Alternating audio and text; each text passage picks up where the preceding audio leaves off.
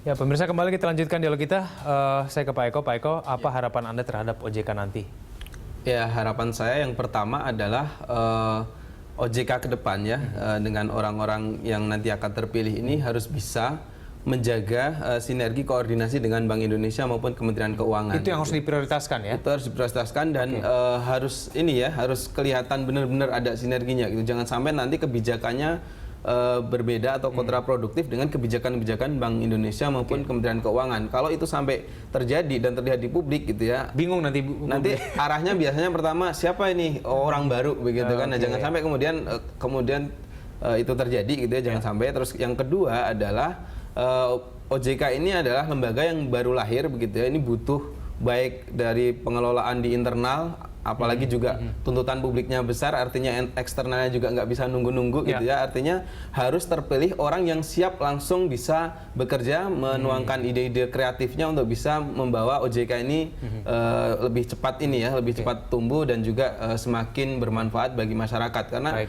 indikatornya satu, lahirnya OJK itu berarti pengawasan di sektor keuangan harus lebih baik daripada ketika masih perbankan ya digabung dengan Bank Indonesia begitu. Nah, ini harus menjadi tantangan OJK ke depan. Jangan sampai orangnya nanti udah menjabat pemanasannya kelamaan gitu ya.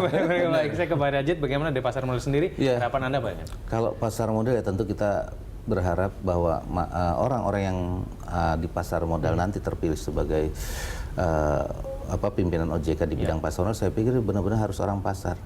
Ya, apakah dia memang misalnya mantan dari OJK yang lama atau Bapak PAM, atau misalnya adalah pelaku yang saya lihat masih ada. Kalaupun akademisi masuk di sana, ya saya pikir nanti tidak lagi berwacana misalnya ya, karena ini tuntutannya panjang. Misalnya bukan hanya teoritis saja begitu. Iya, nggak bisa.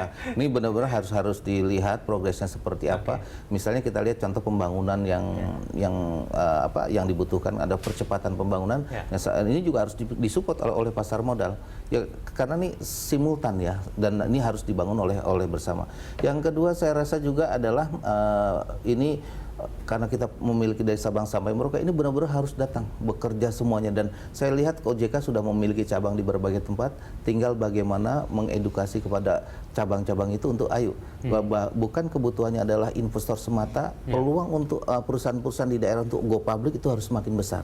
Ya, kemudian para pelaku-pelaku yang calon-calon pelaku ini juga harus dididik lagi, sehingga nanti harapannya adalah karena sekarang dunia udah digital ya, ini memudahkan. Yang mau go public hanya online, yang mau menjadi para pelaku online, dan akhirnya ini semua akan memperbesar ranah pasar modal di mata masyarakat. Baik, Pak Rajid dan juga Pak Eko, terima kasih telah bersama kami. Selamat malam. Selamat malam. Ya, dan pemirsa, sampai di sini kebersamaan kita dalam Hot Ekonomi. Anda bisa mengirimkan informasi dan saran ke email kami di redaksi @berita1.tv atau follow kami via Twitter, Facebook, YouTube, dan juga Instagram. Saya Kevin Gan mewakili rekan Andra Lesmana undur diri. Sampai jumpa. Terima kasih.